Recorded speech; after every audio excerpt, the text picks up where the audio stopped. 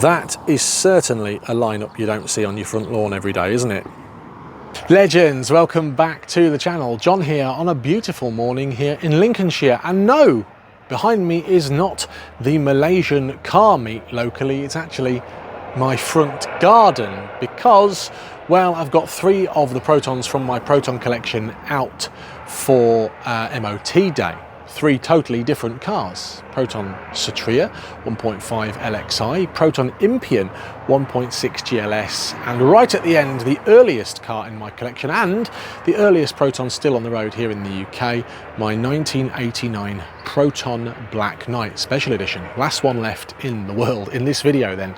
Let's take a look around these cars because they are 3 totally different beasts, as I say. We'll start with the oldest, to the Impian, to the Satria, and have a quick look around them. And by the end of it, hopefully I'll have sold you on Protons, see which will be your favourite. Have a think now, because by the end of this video I want you to comment down below which one you're going to be taking home. And you can't say none of them, John, because they're all rubbish. That's a cop-out. So by the end of this video, you're going to have to pick one. All right? Let's have a look around. So starting then, as I say, with the earliest car in my collection, it is the Proton Saga 1.5 GL Black Knight.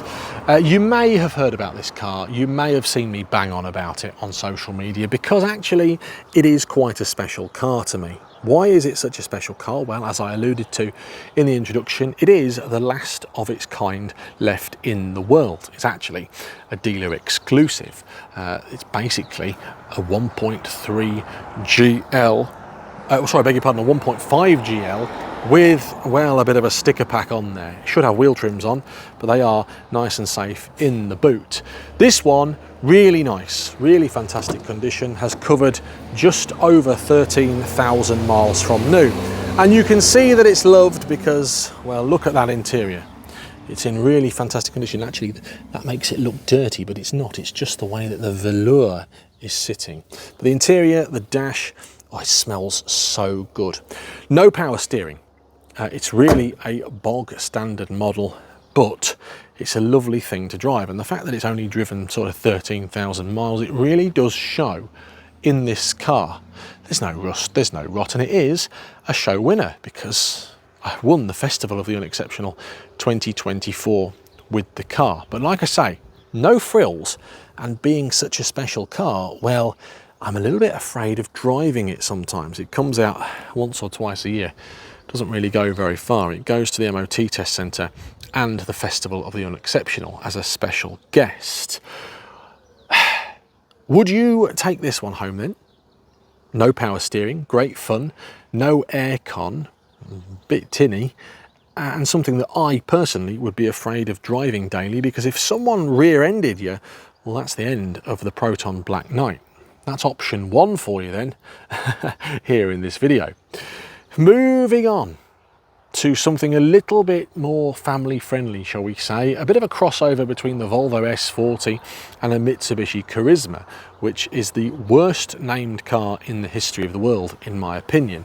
It still needs some TLC, oh, and it's locked, but it is a Proton Impian 1.6, still Mitsubishi derived engine underneath there, but actually something that was designed in-house by the team at Proton. Remember, this, the 1.5 GL, is effectively a Mitsubishi Lancer Fiore underneath. This, however, well, Lotus handling, Lotus steering, because at that point, Proton owned Lotus. They claimed the underpinnings and everything were brand new, all designed in-house, and then over time things have sort of established that it's probably got underpinnings from a Lancer still, and the Volvo S40 underneath. Parking sensors are standard, air conditioning and a 6 CD changer along with a CD player. It's a bit more practical, but considering it's from 2005 and was £15,000 brand new back then, well, you could get a Mondeo for that, couldn't you? If you're a badge snob, are you going to be buying a Proton in 2005? Well, clearly somebody did, and that somebody, bless him, is Ray, covering just under 20,000 miles from new and in relatively good condition. the Proton Impian is a fantastic thing to drive, really is. I really do enjoy driving it and taking it for an MOT test recently. It was an absolute pleasure. Don't get me wrong, I paid £300 for the car, and putting a set of tyres on it cost me nearly the same again to get it MOT ready. But Proton Impian, apart from the fact that it definitely looks like an old man slipper, it doesn't drive like one. Is that what you're taking home? Or maybe you fancy something a little bit more sporty. No, it's not the Satria GTI. No, it's not the hot hatch 1.8 edition that you wish you had, with the rear bolt-on flares at the arches here, shortened bumpers, Recaro sports seats, air conditioning, and a big wang, that big wang being a spoiler. But this is still a fun little Malaysian hot hatch. It is the Proton Satria 1.5 LXI. It's not the old man edition with the 1.3 litre engine, no. And again, it hasn't got the 1.8 litre turbocharged engine that you could have put on your GTI, but it still looks relatively cool. It's a 3-door. It's fast. It's no frills inside, and actually, if you know your cars of this era, well, it's a Mitsubishi Colt inside. But take a look at it. What do you reckon? 42,000 miles from new. Considering it's a year older than the Impian, it feels so much more basic than the Impian. You've still got your indicator on the right hand side. You end up turning your wipers on when you try and indicate. You've still got the annoying door beeps when you open the door, and you've still got a cassette deck. This does feel a lot more primitive to the Impian, which feels a lot more exclusive, shall we say. But you paid nearly, well, £6,000 or £7,000 more for an Impian. The Satrias have nearly all died in that the rust has killed them, and they've got a problem around the rear windows here in that water sort of seeps into that seal and does kill off a lot of them. But well, it puts a smile on my face, this one. When I'm driving it, I can't help but think I'm a boy racer. Can't help but think I should have me banging tunes on the cassette deck and be bezzing it round a McDonald's car park, because it is fast for a little 3-door car. It's not like a 1 litre Micra. Remember, it's got a 1.5 litre Mitsubishi engine under that bonnet, and it does go. And the handling, whilst not designed by Lotus, again, Lotus had an input into the later version of these cars, the Satria GTI. Japanese underpinnings will go forever, won't it? But it doesn't change the fact they are still, well, all Protons. They are still Malaysian-built, carbon copy, badge-engineered Mitsubishis. Mitsubishi Colt, Mitsubishi Lancer slash Charisma, Mitsubishi Lancer, sort of the Fiore edition. They're a great thing to have as part of my collection. I just wanted to share it with you. Just 3 different ones on my driveway today. Just a little bit of a different video for you on the channel. Which would you pick?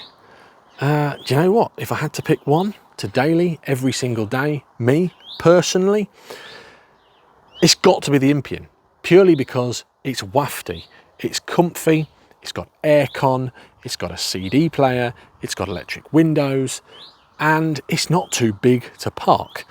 You can get the bits for it, and nobody is going to look twice at it. Somebody might steal my Satria, somebody might damage my Black Knight, but nobody is going to look twice at that Proton Impian, are they? If you saw that in a car park, you might think it's a Renault Laguna. You might think it's some sort of badge-engineered Volvo or something from Temu. You're not going to start thinking, yeah, I'm going to start prying into that and breaking into it. And it'll be comfy on the way as well.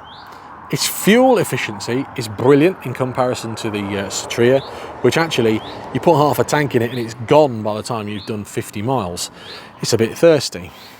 But yeah, let me know in the comments down below. 3 Protons from my Proton collection. There's lots more to show you, but while I've got them out, I thought I'd make a little video. Go on then, because these three are staying around for a while in my collection. Which one would you have? Let me know in the comments down below. And which would you like to see more of? Loads of videos coming. We're going to take each one of them for a spin. We're taking two of these two, to the Festival of the Unexceptional 2025. Have you had any of them? Have you ever driven any of them? Have you thought, oh my goodness, they're the worst things I've ever had? Or actually, have you had one of these and thought, yeah, do you know what? I miss my little Proton, because they are the sort of cars that in the history of time, some people have spent 250 quid on and had 6 months motoring out of it and have got good memories of. Comment down below, like the video if you haven't already done so. Which one are you picking? Let me know. Till next time, have a great day. Thanks for watching, Protonistas. See you later.